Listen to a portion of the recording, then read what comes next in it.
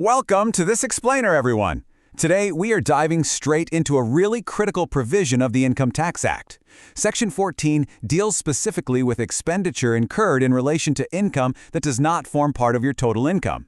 Now, whether you're a CA student cramming for exams, a seasoned tax professional, a consultant, or a finance practitioner, getting a firm grip on these assessment nuances is absolutely crucial. It's basically a fundamental lock in the whole machinery of tax computation, and we're going to break it down completely today.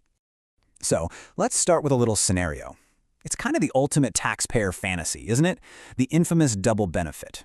Just imagine earning an income that is entirely exempt from tax, completely untouched by the taxman, and then turning right around and claiming the expenses you incurred to earn that free income as a deduction against your other taxable business profits. I mean, it sounds like a brilliant piece of financial engineering, right? Well, as you can probably guess, the tax authorities definitely saw that coming, and their answer to this little trick, a resounding no. Okay, let's dive into this. We'll be covering 1. The double benefit illusion, 2. The core principle, 3. Assessing officer powers, and 4. The timing rule. Part 1. The double benefit illusion. So here's the deal. The core principle is actually super simple.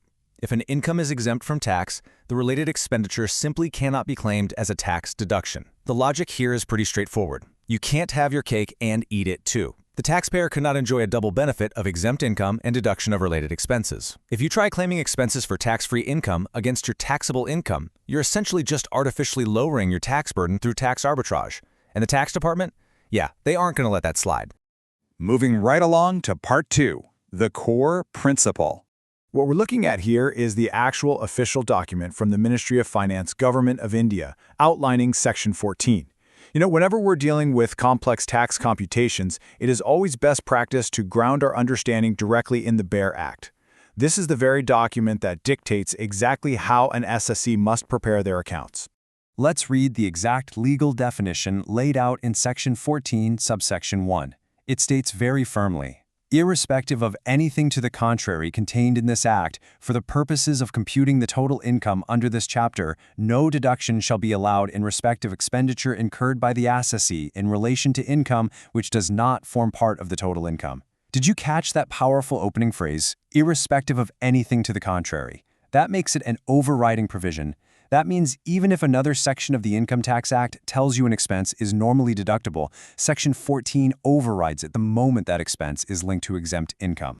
So how does this actually play out in a practical, day-to-day accounting reality? What does this look like when you're staring at a balance sheet? Well, let's look at 3 classic practical examples of disallowable expenditure.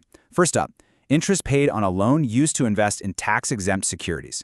So if you borrow funds to buy tax-free bonds, the interest you pay the bank, you can't deduct that from your taxable business income.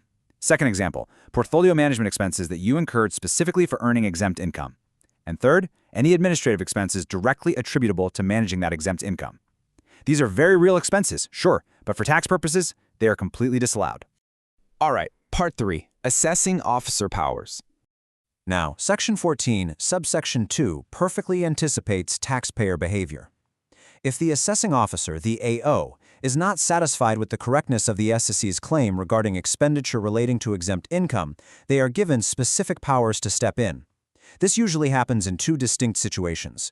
First, the AO is not satisfied with the expenditure claimed, meaning the assessee actually admits there are expenses, but the AO thinks the numbers are, manipulated or underreported.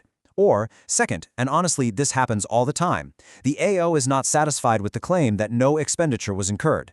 I mean, you can't simply hold massive tax-free investments and try to tell the AO with a straight face that it cost absolutely 0 rupees in administrative or interest cost to maintain them. So if either of those 2 situations pops up, the Act empowers the assessing officer to take full control. The assessing officer can determine the amount of disallowable expenditure using the prescribed method. The assessee cannot just hide behind some vague accounting tricks here. The AO has the full statutory backing to mathematically calculate the disallowance and apply it right to the total income computation. Let's move to Part 4, the timing rule.